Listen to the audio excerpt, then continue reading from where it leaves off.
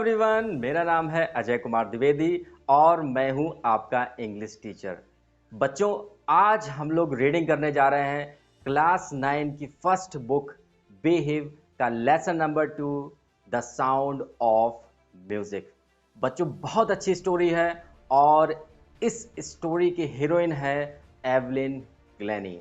बच्चों, इस स्टोरी के बारे में जब मैं आपको कुछ बताऊंगा ना तो आपको भी बहुत हैरानी होगी और आप बहुत ज़्यादा सरप्राइज हो जाएंगे।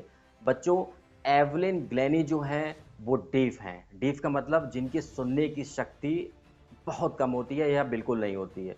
तो बच्चों, एवलिन ग्लेनी जो एक लड़की है, छोटी लड़की है, ये बचपन से ही डीफ नहीं थी, लेकिन समय के साथ जैसे जैसे इस बच्ची की एज बढ़ती गई, इसकी जो हेयरिंग पावर थी, सुनने की जो शक्ति थी, वो कंटिन्यूसली कम होती गई। और एक समय ऐसा आता है जब इस बच्ची की सुनने की शक्ति हो जाती है बिल्कुल कम और ये बच्ची बिल्कुल सुन नहीं सकती है। लेकिन इससे भी ज़्यादा आपको हैरानी तब होगी जब मैं आपको ये बताऊंगा कि आखिर ये बच्ची जो थी बनना क्या चाहती थी। बच्चों, ये बच्ची जो थी वो बनना चाहती थी परक्यूशनिस्ट। अब परक्यूशनिस्ट क्या होता है? बच्चों, परक्यूशनिस्ट वो लोग होते हैं जो डिफरेंट डिफरेंट म्यूजिकल इंस्ट्रूमेंट्स को बहुत अच्छे से बजा लेते हैं। तो इसका ये हॉबी थी इस बच्ची की, ये बनना चाहती थी, इसका पैशन था, ये बनना चाहती थी एक फेमस परक्यूशनिस्ट। लेकिन अब चूंकि इसकी जो हेयरिंग पावर थी वो बिल्कुल कम हो गई थी, बिल्कुल सुन नहीं सकती थी, तो आखिर ये म्यूज़िकल इंस्ट्रूमेंट को बजाती कैसे? अगर किसी म्यूज़िकल इंस्ट्रूमेंट को हम लोग सुनेंगे नहीं कि आखिर ये कैसे बज रहा है, उसके नोट्स नहीं जानेंगे, तो आखिर उस इंस्ट्रूमेंट को बजाएंगे कैसे? तो बच्चों, आखिर ये जो एवलिन ग्लेनी नाम की छोटी सी बच्ची थी, क्या फ्यूचर में, भविष्य में ये फेमस परक्यूशनिस्ट बन पाई या नहीं बन पाई? अब बच्चों, ये तो पता लगेगा इस स्टोरी को पढ़ने के बाद में, इस स्टोरी की रीडिंग करने के बाद में। तो आइए हम लोग स्टार्ट करते हैं। Let's begin the story the sound of music. बच्चों, स्टोरी शुरू होती है जब एवलिन ग्लेनी की जो एज थी वो थी ओनली 8 ईयर्स। और एक दिन क्या होता है कि एक दिन ये इसका शौक तो बचपन से ही था, जो म्यूज़िकल इंस्ट्रूमेंट्स होते हैं उन्हें बजाने का। एक दिन ये अपने टर्न का वेट कर रही थी म्यूज़िकल इंस्ट्रूमेंट को बजाने के लिए, पियानो को बजाने के लिए अपने टर्न का वेट कर रही थी। और जब इसका टर्न आता है तो इसकी जो मदर होती हैं इसे कॉल करती हैं, लेकिन ये बच्ची जो थी बिल्कुल भी रिएक्शन नहीं देती है। तो इसका मतलब ये हुआ कि अब इसकी मदर को कुछ शक होता है कि 100% कुछ ना कुछ तो गड़बड़ है, आखिर ये मेरी साउंड का रिएक्शन क्यों नहीं दे रही है? क्योंकि उसकी जो हेयरिंग पावर थी वो होने लगी थी कम। लेकिन 11 ईयर्स तक ये अपनी इस कमी को छुपाए रहती है टीचर्स से, बाहर पब्लिक से, क्योंकि ये बचपन से ही तो डीफ नहीं थी, इसकी धीरे धीरे हेयरिंग पावर्स कम हो जाती हैं। लेकिन जब स्कूल में इसके ग्रेड्स लगातार कम होते रहते हैं, इसके जो मार्क्स होते हैं वो कम होते रहते हैं, तब इसके टीचर्स जो थे वो सजेस्ट करते हैं कि आपको अपनी बच्ची को दिखाना चाहिए एक स्पेशलिस्ट डॉक्टर से। किसे? स्पेशलिस्ट डॉक्टर को, जो ये जान सके, ये बता सके कि आखिर इसकी हेयरिंग पावर्स जो हैं इतनी कम क्यों हो रही हैं। तो इसके पेरेंट्स इसे लेके जाते हैं एक स्पेशलिस्ट डॉक्टर के पास में। और जब ये डॉक्टर के पास पहुंचते हैं तो ये देखते हैं, डॉक्टर एग्जामाइन करते हैं और देखते हैं कि इसकी जो नर्स हैं, जो सुनने वाली नर्स होती है ना बच्चों, उसकी नर्स हो गई हैं बिल्कुल डैमेज। अब इसे एक ऐसी डिवाइस की ज़रूरत थी जिससे कि उस डिवाइस को अपने कानों में लगाकर ये सभी बातों को अच्छे से सुन सके। तो डॉक्टर ये सजेस्ट करते हैं और ये डिवाइस के साथ अपने घर पर वापस आ जाते हैं। लेकिन इसका जो सपना था, इसका जो पैशन था एक फेमस परक्यूशनिस्ट बनने का, इससे लगता है कि अब वो सपना जो था वो टूटता जा रहा है। लेकिन मैंने आपको बताया बच्चों कि भगवान ईश्वर अगर कोई एक चीज़ ले लेते हैं तो एक चीज़ को इतना ज़्यादा बढ़ा देते हैं कि वो पर्सन बन जाता है एक्स्ट्रा ऑर्डिनरी। लेकिन उसके लिए हम लोगों को क्या करना चाहिए? उसके लिए हम लोगों को करना चाहिए हार्ड वर्क, कठिन परिश्रम, तभी हम लोग अपने एम तक पहुंच सकते हैं। इसने भी हार नहीं मानी और कहते भी ना, डोंट गिव अप, कभी हार मत मानो।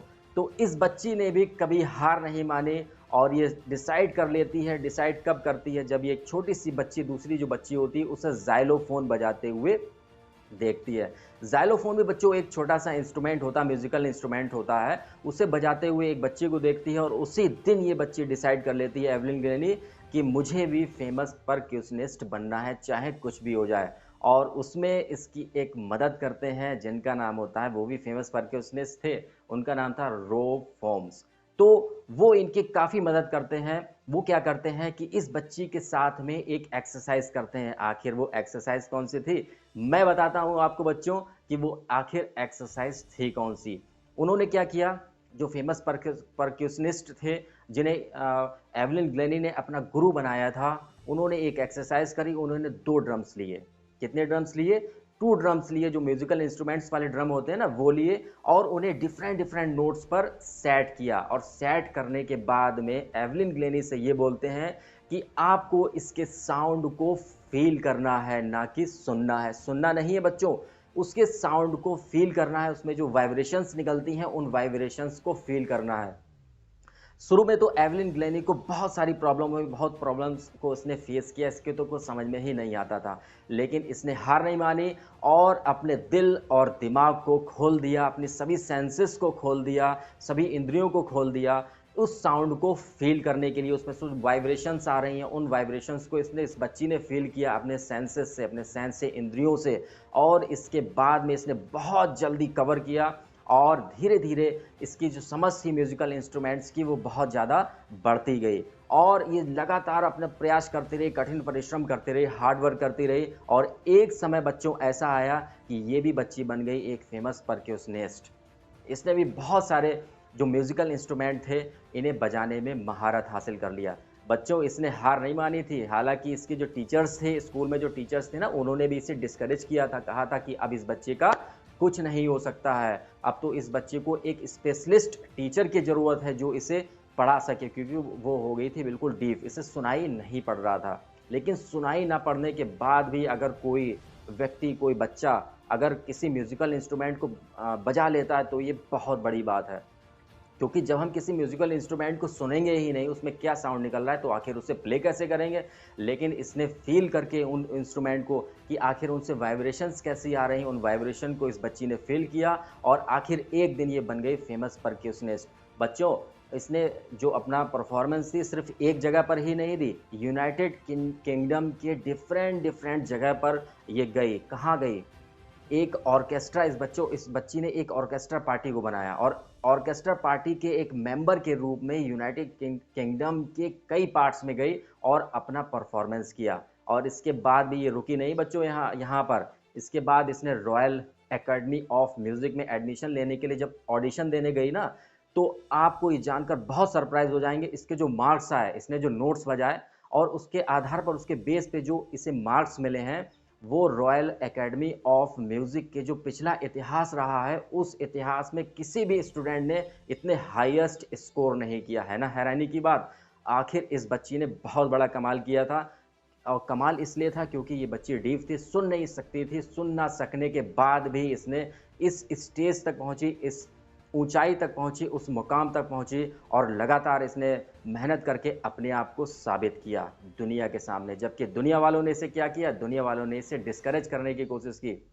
लोगों ने जितना इसे डिस्करेज करने की कोशिश की, उसका आत्मविश्वास उतना ही बढ़ता गया।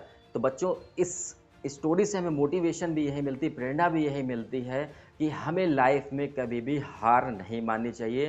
Don't give up. जहाँ पर कोई मुश्किल आए, परेशानी आए, हमें एक नई एनर्जी के साथ में, एक नई ऊर्जा के साथ में लग जाना चाहिए और हम लोग अपने लक्ष्य तक ज़रूर पहुँचेंगे। और इस बच्ची ने एक फाउंडेशन भी बनाया, वो फाउंडेशन था डीफ बच्चों के लिए। जो डीफ बच्चे सुन नहीं सकते थे, उन लोगों को किस तरीके से ट्रेनिंग दी जाए, किस तरीके से उन्हें सिखाया जाए, ये सब चीज़ें उस फाउंडेशन में बताई जाती हैं। और 1991 में इस बच्चे को अवार्ड भी दिया गया था म्यूज़िकल इंस्ट्रूमेंट्स बजाने के लिए और फेमस परक्यूशनिस्ट बनने के लिए। तो इस बच्ची ने हार नहीं मानी और अपने आप को दुनिया के सामने साबित किया।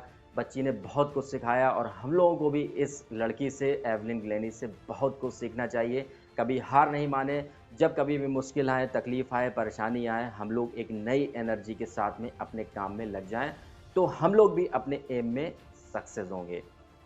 तो बच्चों, और हर बार की तरह मैं आपसे फिर से यही कहूँगा, अगर आपको कहीं पर भी कोई प्रॉब्लम हो रही है, कोई परेशानी हो रही है, तो आप मुझे कमेंट्स कर सकते हैं, मैसेज कर सकते हैं, ऑडियो मैसेज भी कर सकते हैं।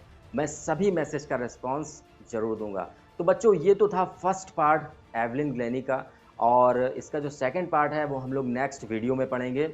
और नेक्स्ट वीडियो में पढ़ने के बाद में छोटा सा इसका सेकंड पार्ट है, उसे अच्छे से समझेंगे भी। तो बच्चों नेक्स्ट वीडियो में हम लोग मिलते हैं नेक्स्ट पार्ट के साथ में, यानी कि पार्ट नंबर 2 के साथ में। और चैप्टर का क्या नाम है बच्चों? लेसन का नाम है, और लेसन नंबर है 2। लेसन का नाम है द साउंड ऑफ म्यूजिक।